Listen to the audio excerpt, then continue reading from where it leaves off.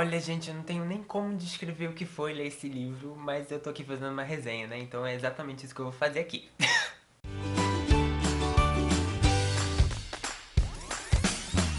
Oi gente, tudo bem com vocês? Eu sou o Lucas, sejam bem-vindos a mais um vídeo aqui do canal. E no vídeo de hoje a gente vai conversar sobre Dona do Poder, da Kristen White, que é a continuação de Filha das Trevas, também da Kristen White, que foi traduzido pelo Alexandre Boyd, publicado aqui no Brasil pela plataforma 21. Se você não conhece esse livrinho aqui, Filha das Trevas, tem vídeo dele aqui no canal, vou deixar linkado aqui em cima. Ele é um pouquinho antigo, então se preparem, mas vai valer a pena porque eu falo muito bem. A qualidade de filmar não é boa, mas o que eu falo é. Falar um pouquinho da sinopse desse segundo livro é um pouquinho complicado, porque caso você já tenha lido o primeiro livro, no final dele a gente tem uma coisa meio em aberto, assim, e o segundo livro vai começar exatamente onde parou esse ponto, então não tem como explicar muito bem sem puxar o link do primeiro livro, tá? Mas podem ficar tranquilos que não vai ter spoilers desse segundo volume, e eu vou fazer o meu melhor, como eu tento fazer em todo o vídeo. Nossos três personagens principais são Lada, Radu e Mehmed. A Lada no final do primeiro livro está determinada em pegar a casa dela de volta, então ela volta para Valáquia para tentar reunir um exército que seja suficiente para recuperar o poder dela. Ela vai fazer alguns pequenos saques no início desse livro aqui, justamente para botar medo na população ali em torno da Valáquia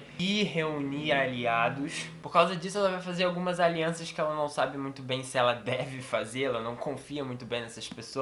Mas enfim, Lada do início desse livro tá determinada em tomar a casa dela de volta. Então a gente vai para os outros dois personagens, que é o Mehmed e o Radu. O Mehmed, como vocês sabem, ele tá determinado em expandir o Império Otomano, e o principal alvo dele é Constantinopla, o centro do Império Cristão, vamos dizer assim, Império Cristão, Império Católico. A gente já tinha essas informações no primeiro livro, ele se consolida como sultão aqui nesse segundo e tá determinado em atacar Constantinopla. O que nos deixa Radu tá ali no centro, é a ponte de ligação entre a Lada e o Mehmed, e ele é determinante nessa história, porque ele meio que vai mover todo o enredo desse livro. A gente descobre no início que ele teve um casamento de fachada com uma moça, e o Mehmed vai pedir que ele faça ali uma missão pra ele, que ele cumpra uma coisa pro Mehmed, em nome do Império Otomano, que o Radu, ele quer servir o Mehmed porque ele gosta dele, né, como a gente sabe, mas ele não sabe se isso é a coisa certa a fazer, e ele fica muito com o pé atrás em termos disso tudo. É uma relação muito complicada do Radu com esse livro aqui, e com todo mundo no geral, né, na verdade.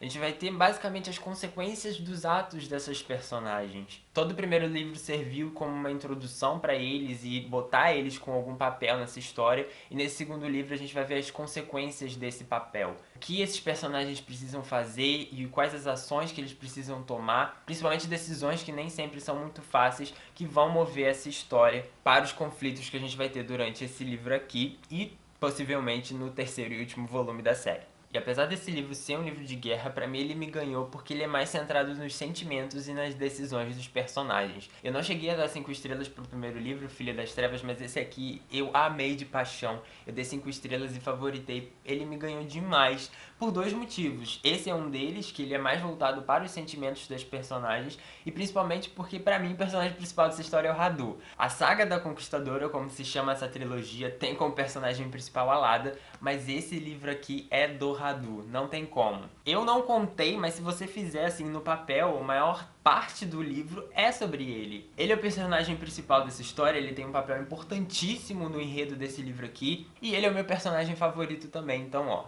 talvez tenha me ganhado por causa disso. A gente vai ter as cenas de ação, a gente vai ter a matança, a gente vai ter a guerra, mas a gente também vai ter o sentimento por trás dela, o conflito dos personagens e principalmente o que está movendo eles a tomar determinadas decisões. A Lada e o Mehmed têm uma história própria nesse livro aqui, mas o Radu, como eu falei no início, é a ponte entre os dois. E ele é determinante nisso e a gente sente junto com ele a cada decisão que ele toma. O conflito principal desse livro e da série toda é um conflito religioso. A gente tem a guerra entre muçulmanos e católicos aqui, e o Radu, como a gente sabe, abandonou a religião cristã no primeiro livro para se tornar muçulmano, e aqui a gente vai ter meio que um conflito dele por causa dessa mudança e por tudo que ele tem que fazer. E ele merecia estar no título desse livro, tá? Dona do Poder. Eu sei que a Lada tem a Dona do Poder aqui, esse título faz sentido lá no final da história, mas assim, o Radu merecia, tá? Pelo menos uma participação no título.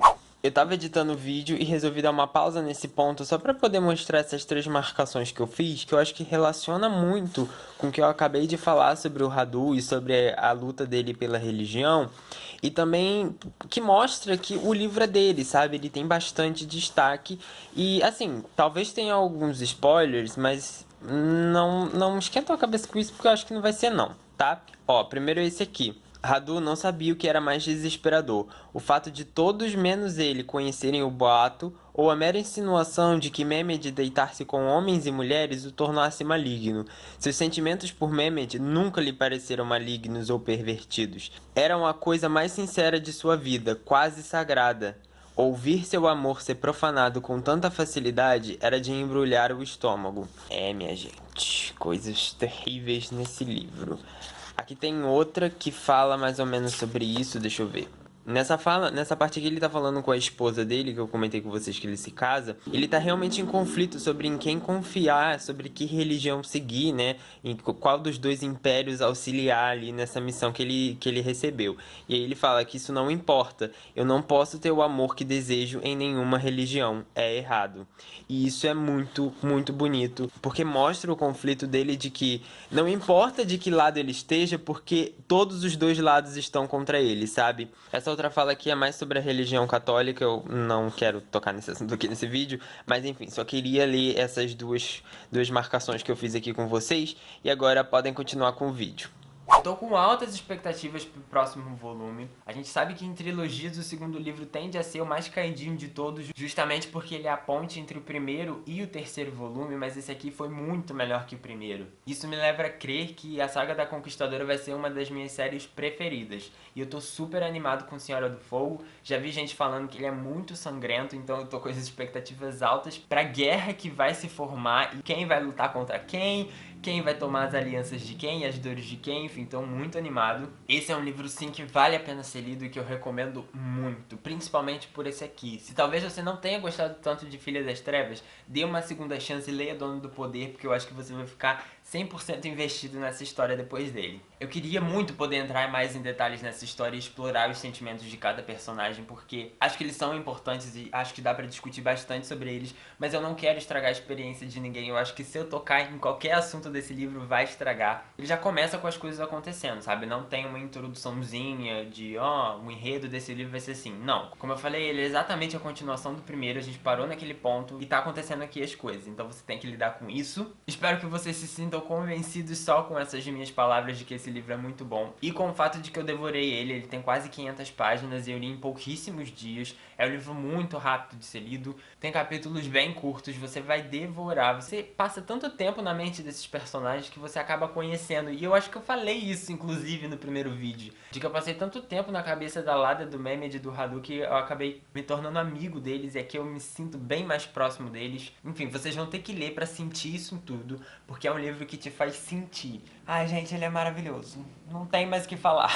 Uma coisa que eu não gostei da edição desse livro, que provavelmente na original é assim também, é o mapa que a gente tem aqui. A gente tem o mapa de Constantinopla só nesse livro, e só um dos 3 personagens está o tempo todo em Constantinopla, e mesmo assim a gente não precisa do mapa inteiro. Eu fiquei o tempo todo esperando quando eu ia usar esse mapa e eu não usei ele pra nada. Talvez se tivessem repetido o mapa do primeiro livro, olha, que tem o Império Otomano, tem Valáquia, tem Bulgária, Hungria, Constantinopla aqui, talvez ele tivesse sido mais útil, porque esses lugares vão ser revisitados nesse segundo volume aqui. Então eu fiquei meio perdido. Eu também fiquei com preguiça de estar lendo esse livro aqui e olhar o mapa desse livro aqui. Então teria sido bem mais útil se esse mapa tivesse sido repetido aqui, e já que queriam botar o mapa de Constantinopla, botava pequenininho aqui, que ia dar na mesma, porque ele realmente não foi usado. Mas como eu falei, provavelmente no original assim também, então não é defeito da edição brasileira. É só algo que me incomodou e eu queria poder falar aqui também. Eu espero ter convencido vocês com essa pequena resenha de basicamente ler esse livro porque ele é maravilhoso. Se você já leu, deixa aí nos comentários que a gente pode entrar mais em detalhes sobre algum assunto desse livro, que eu não posso falar aqui em vídeo porque vai ser spoiler. Se vocês gostaram do vídeo, por favor, deixe seu joinha, compartilhe com os amigos e se inscreva no canal para não perder os próximos vídeos, tá bom?